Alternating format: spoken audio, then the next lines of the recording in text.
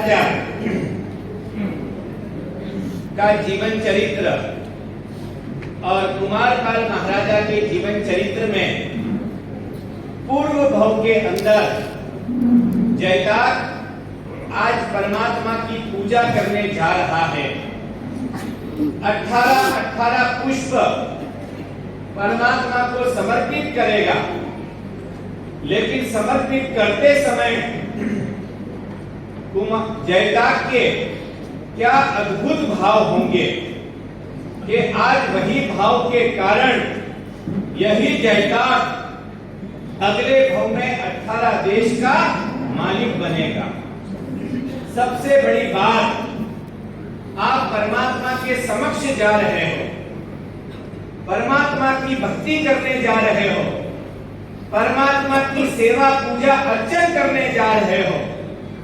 भाव आपके शुद्ध है, लेकिन भाव के साथ में अगर हम विधि पूर्वक कोई भी कार्य करते हैं तो हमारे भावों की बढ़ोतरी होती है, हमारे भावों में वृद्धि होती है। कोई भी पूजा करे, सेवा करे, अर्चना करे, लेकिन करने से पीछे उसके पीछे का लॉजिक क्या है, उसका रहस्य क्या है, अगर वह रहस्य पता चलता है तो हमें उस चीज के ऊपर भाव डबल आ जाते हैं। इसलिए शास्त्रों में कहा गया, कोई भी कार्य करे, करने से पहले उसमें विधि होना चाहिए। और वही परमात्मा के मंदिर में कब जाना, कैसे जाना, किस तरह जाना, जाने के बाद किन किन बातों का ध्यान रखना, आपके भाव में अभिवृद्धि हो। इसलिए हमारे ज्ञानी भगवंतों ने चैत्य वंदन भाष्य नाम के ग्रंथ की रचना करी। साधु साध्वी, श्रावक श्राविका मंदिर किस प्रकार जाए, मंदिर जाने के बाद अपने मन को कैसे कंट्रोल करें, अपनी क्रियाओं पर कैसे ध्यान दे, उसके लिए अलग अलग विधि बताई है। और उसमें सबसे पहले बताया, श्रावक मंदिर जाने से पहले 7 चीजों की शुद्धि करे। कितने चीजों की? 7 चीजों की शुद्धि करे। सबसे पहली शुद्धि अंग शुद्धि, दूसरे नंबर में वस्त्र शुद्धि, तीसरे नंबर में मन शुद्धि।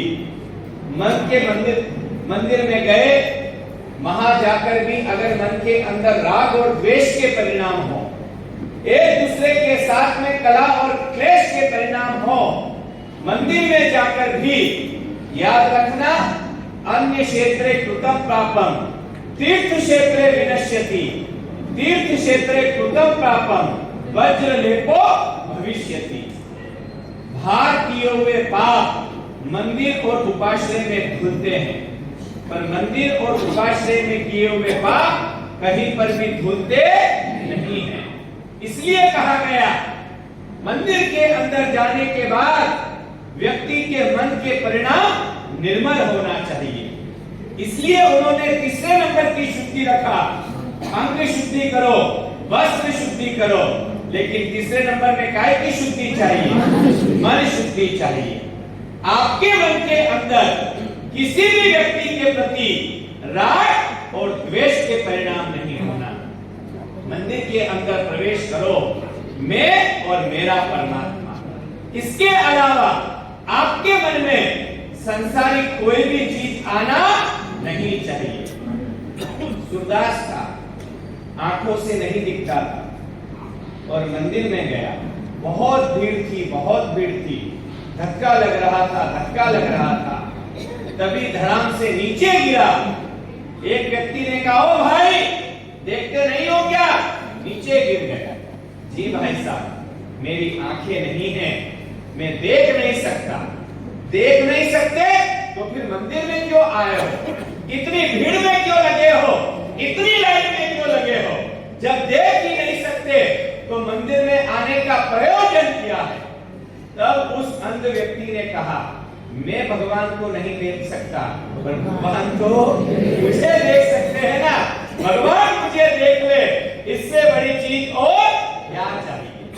याद रखना, भगवान आपके मन को देखते हैं, भगवान आपके भाव को देखते हैं, भगवान आपके हृदय को देखते हैं।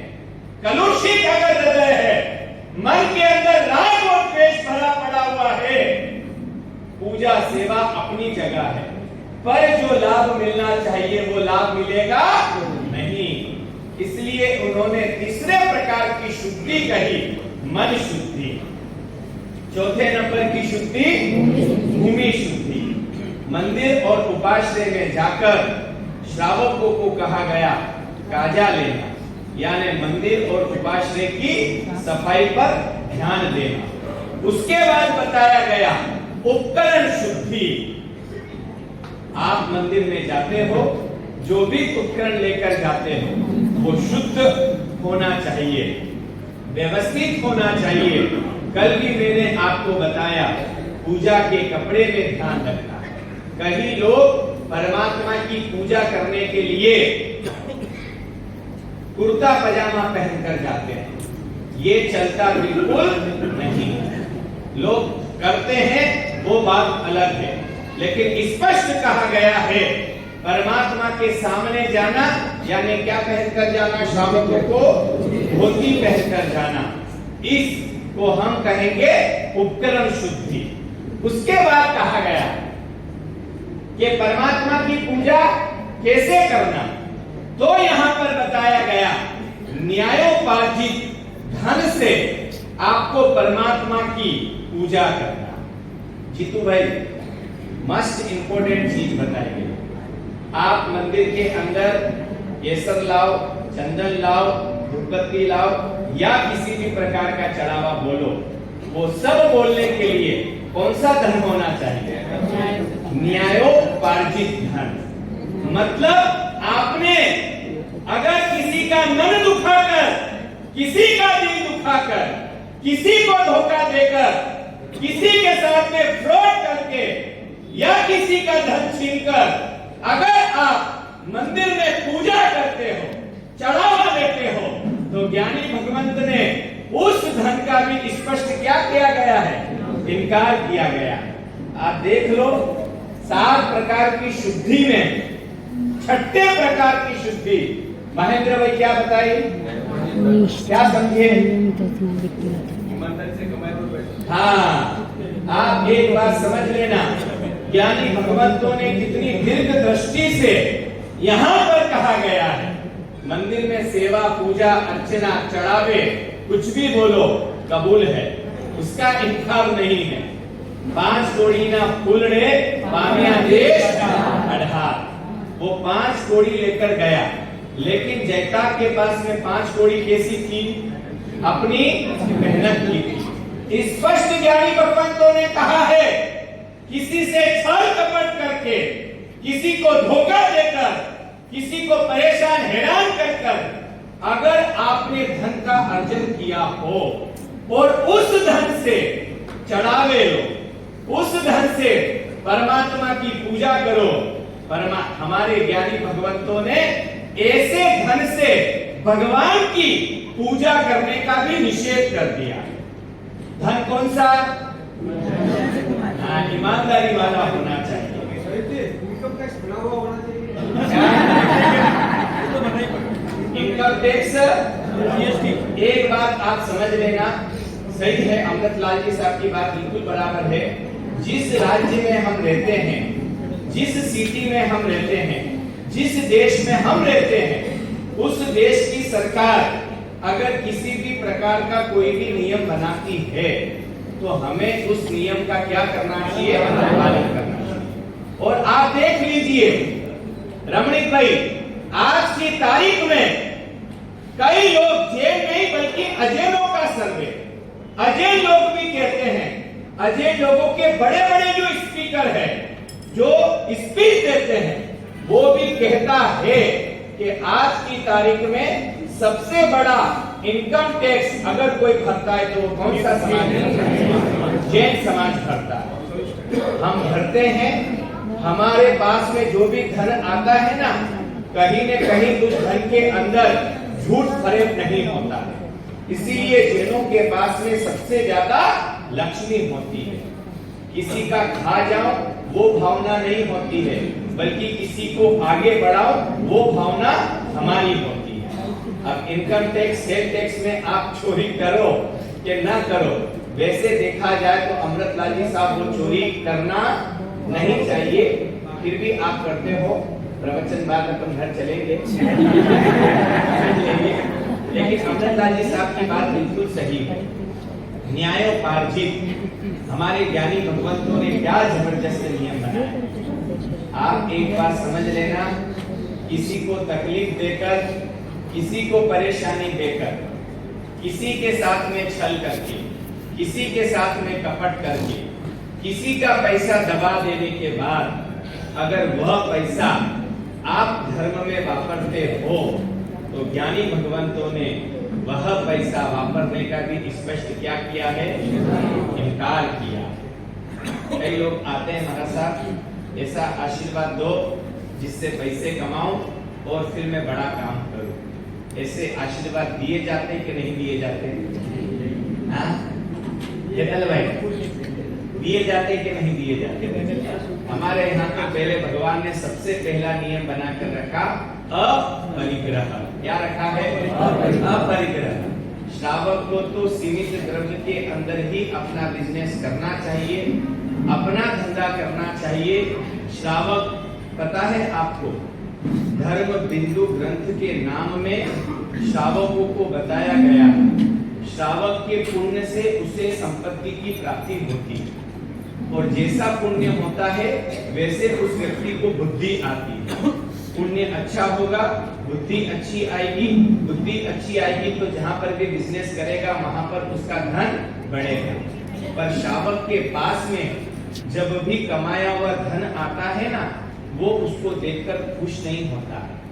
धर्म बिंदु ग्रंथ के नाम में स्पष्ट लिखा है, श्रावक के मन में कहीं न कहीं ग्लानि होती है।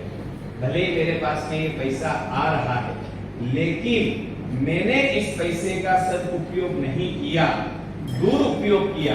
संसार की भौतिक वस्तुओं में मैंने इस पैसे का उपयोग किया, तो यही पैसा मुझे कहां ले जा सकता है? दुर्गति के रास्ते पर भी ले जा सकता है। पर यही पैसे का सदुपयोग किया तो यही पैसा मुझे सदगति में भी ले जा सकता है।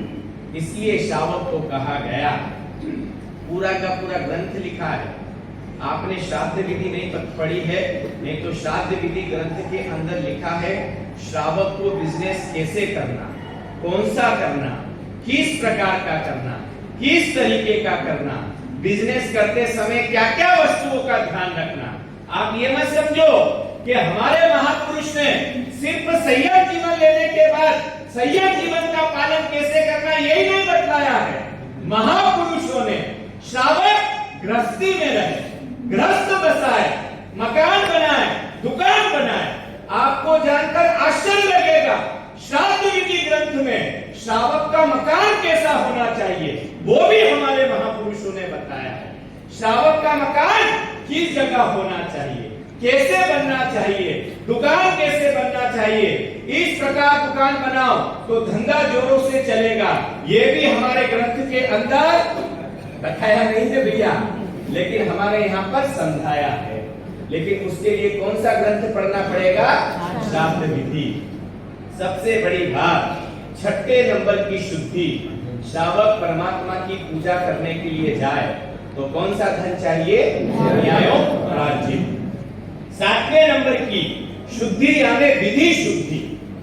जा रहा है श्रावक, मंदिर में गया, जैसे तैसे गए, जाने के बाद पहले मंदिर में घंटी बजा दी, फिर आरती उतार दी, फिर चामर ले लिया, नहीं, सीधी सी बात कही है।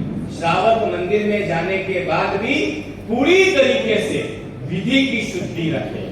तो विधि की शुद्धि कौन सी होती है, उसके लिए यहाँ पर 10 प्रकार की ट्रिक बताई। कितने प्रकार की? 10 प्रकार की ट्रिक। पहले आप समझ गए कितने प्रकार की शुद्धि? 7 प्रकार की। पहले नंबर में बोलते जाओ, दूसरे नंबर में गया, श्रावक मंदिर जाता है तो मंदिर जाने के बाद पूरी तरीके से विधि करना है। तो उसके लिए 10 ट्रिक बताई है। कितनी कितनी त्रिक 10, और त्रिक का मतलब 3 चीजें। कितनी चीजें? अब 10 में से हर एक में से 3 त्रिक निकलेगी, यानी 10 में से 3 त्रिक निकली, दूसरे में से 3 त्रिक निकली, तो ऐसे 10 को 3 से मल्टीप्लाई करें तो कितनी चीज हो गई? 30। अब यहाँ पर 30 चीजों का ध्यान रखना है। तो सबसे पहली त्रिक यहाँ पर कही गई निस्सिही त्रिक। कौन सी त्रिक? निस्सिही त्रिक। आप एक एक चीज बराबर तरीके से समझना। निस्सिही त्रिक तो श्रावकों को मंदिर, सबसे पहले तो आप समझना, मंदिर जाने से पहले आपको पूजा के कपड़े हो सके तो घर पर पहनना। अगर घर से मंदिर दूर हो तो कहां पर पहनते हो आप? उपाश्रय में भी पहनते हो, लेकिन आपके पूजा की शुद्धि होना चाहिए। आप अगर घाट से चलकर आते हो, मंदिर में जाते हो, आपके पैर अगर खराब हो तो आपको आपके पैरों की भी क्या करना है? सफाई करना है। अब 10 यहाँ पर त्रिक बताई गई। पहले नंबर में निस्सिही त्रिक, तो 3 प्रकार की निस्सिही। कहाँ कहाँ बोलना?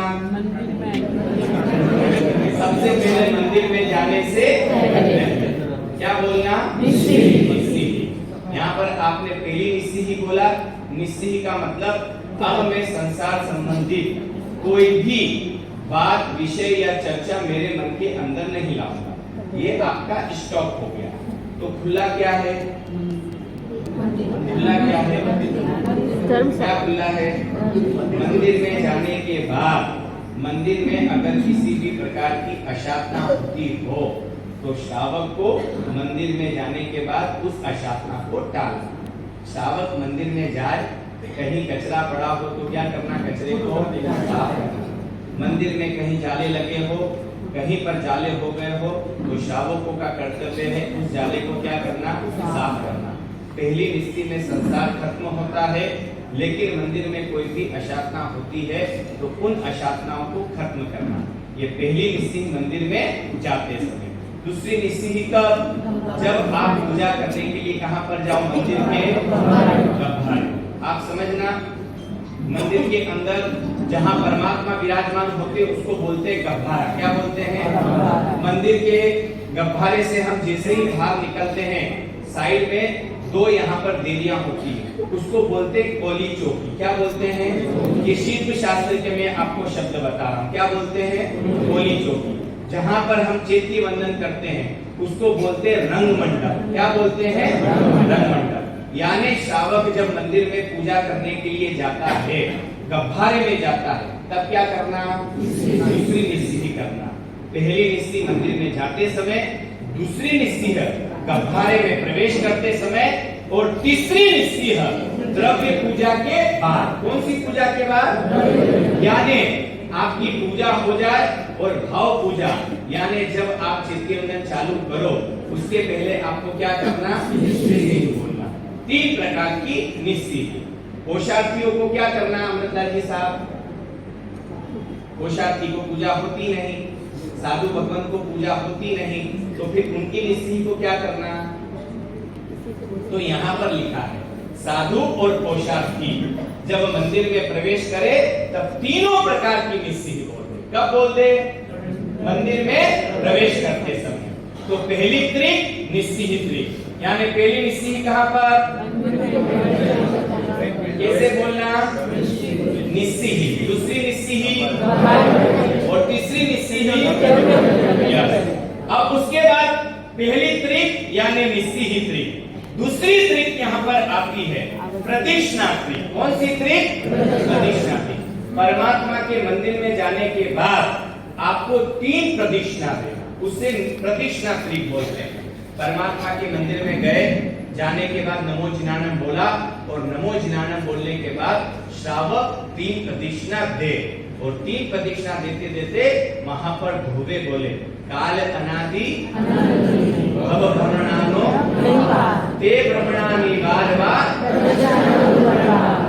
ये तीनों दोहे बोलते समय श्रावक, बहुत से लोग बस ऐसे चल रहे हैं, हाथ नीचे है, ऐसे यहाँ पर आप समोस्तरण की 3 प्रदक्षिणा दे रहे हो, परमात्मा की 3 प्रदक्षिणा दे रहे हो, रत्न त्रय की प्राप्ति हो, ज्ञान दर्शन चारित्र की प्राप्ति हो, इसलिए हम 3 प्रदक्षिणा दे रहे हैं। 84 लाख योनियों के जो भ्रव भ्रमण उसको खत्म करने के लिए हम प्रदक्षिणा दे रहे हैं। इसलिए श्रावक जब मंदिर की प्रदक्षिणा लगाए तब हाथ जोड़कर परमात्मा की 3 प्रदक्षिणा लगाए, एक एक मंगल मूर्ति के सामने हाथ जोड़कर मस्तक नमाकर क्या बोलना है? नमो जिनानाम। इसको बोलेंगे हम यहाँ पर प्रदक्षिणा क्रिया। यानी कितनी प्रदक्षिणा लगाना? किसके लिए?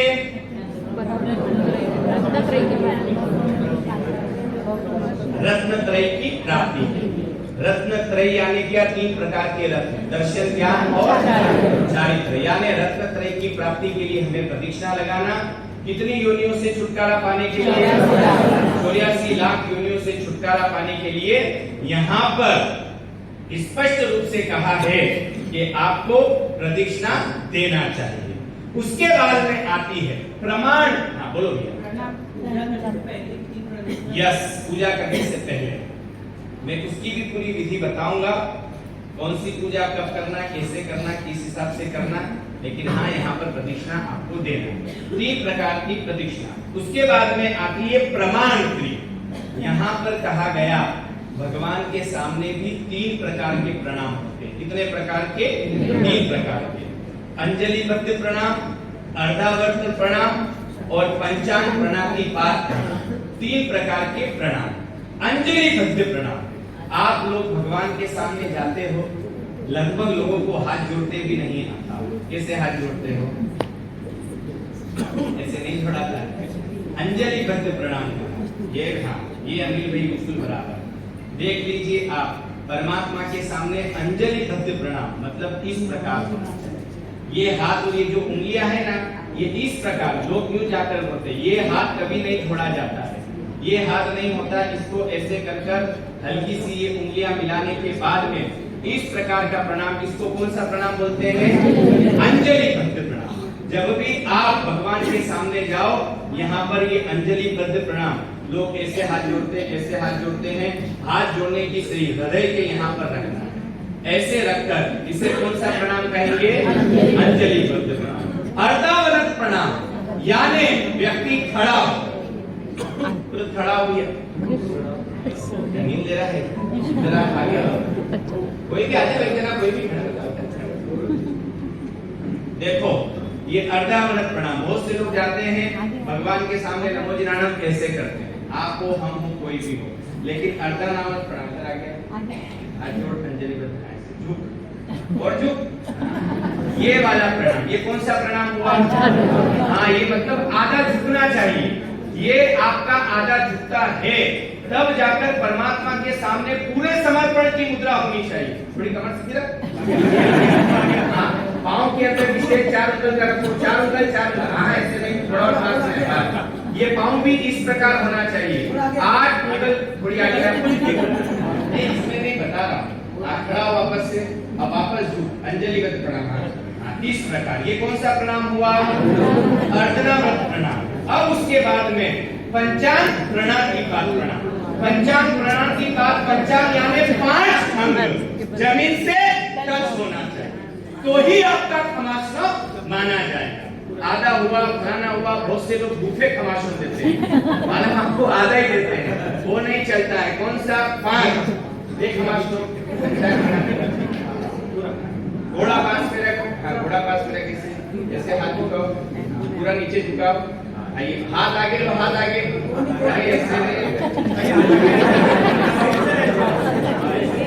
ये देखो आप समझना, इसको पंचांग प्रणातिपात कहते हैं। कितना? कौन सा प्रणातिपात? पंचांग यानी 5 अंग झुके। 5 अंग कौन कौन से? 2 घोड़े, 2 हाथ और 1 मस्तक। 5 अंग परमात्मा के सामने झुकना चाहिए। और जो रोज 100 खमासना देता है, उसे कभी कमर की तकलीफ नहीं होती। पहले अंजलिबद्ध प्रणाम, उसके बाद अर्धनावत प्रणाम, आधा झुके। अब खमासनो, खमासनो कैसे देना? खड़े हो, खड़े हो, इच्छामि खमासनो, बता रहा हूँ, इच्छामि खमासनो, बंदी हूँ, जाऊनी जाए, और मतलब आपका मस्तक, दोनों हाथ दोनों पैर नीचे जमीन पर टच होना चाहिए, उसको हम कौन सा प्रणाम बोलेंगे? पंचांग प्रणाम। बोलो जी निशान चलना। देख लिए मुद्रा करके बताओ, कहते फिर भूल जाओ। हाथ कहाँ रखना फिर समझ लो। इस प्रकार ऐसे हाथ, ऐसे हाथ, ऐसे हाथ, ऐसे हाथ नहीं, हृदय के यहाँ पर हाथ रखकर इस प्रकार यहाँ पर ये उंगलियां इस होना चाहिए। इसको कौन सा प्रणाम? कौन सा प्रणाम?